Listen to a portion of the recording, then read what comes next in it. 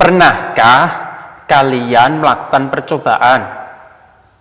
Pernahkah kalian ditugaskan untuk membuat laporan percobaan tersebut? Lalu, bagaimana bentuk laporan tersebut?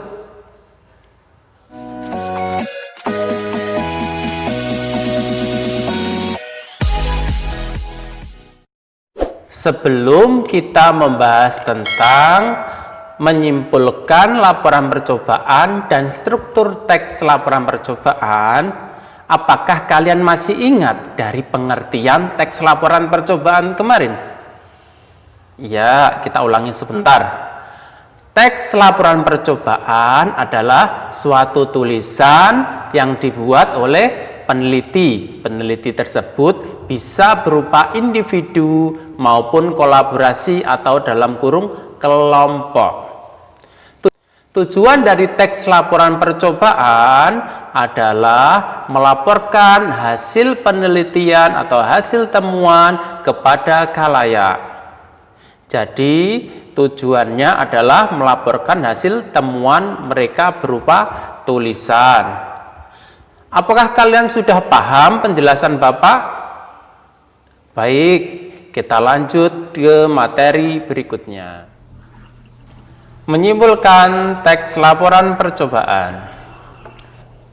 Ada beberapa langkah yang harus kita lewati sebelum kita bisa menyimpulkan teks laporan percobaan.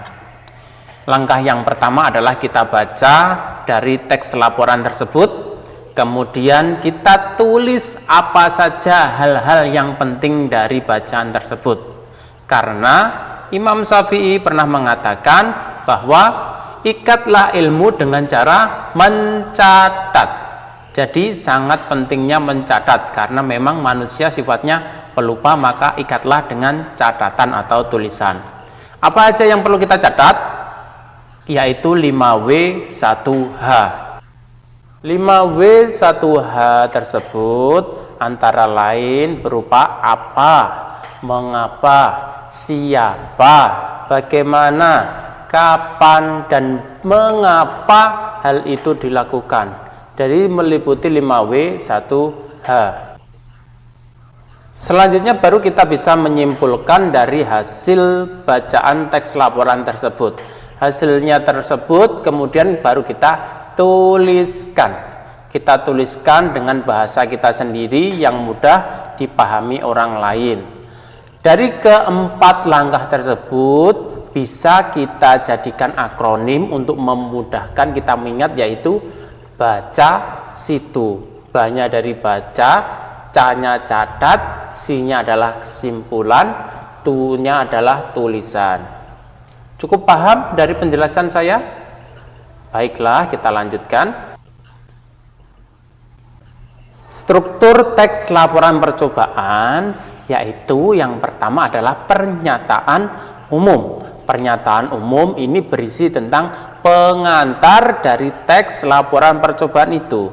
Ini berisi tentang pengantarnya saja. Sedangkan berikutnya adalah uraian atau lebih rincian. Rinciannya apa saja?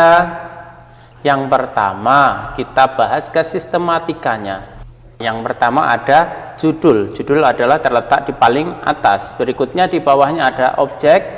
Objek ini apa saja? Objeknya kalau di sini contohnya bakso sapi. Kemudian di bawahnya ada pelaku percobaan.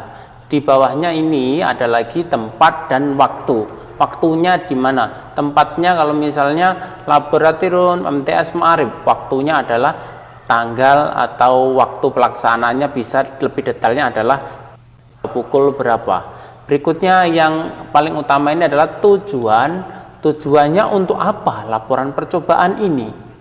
Berikutnya setelah tujuan nanti kita akan ada alat dan bahan.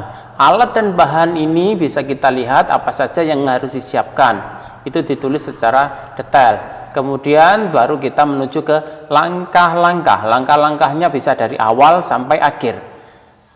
Jadi langkah awal 1, 2, 3 dan seterusnya sampai akhir hingga selesai. Berikutnya hasil percobaan. Hasil percobaan bisa dituliskan melalui tabel seperti ini atau bisa menggunakan paragraf. Jadi hasilnya bisa langsung kita tuliskan. Berikutnya ada simpulan. Jadi kesimpulan ini adalah kesimpulan dari keseluruhan teks laporan percobaan kita atau percobaan hari itu.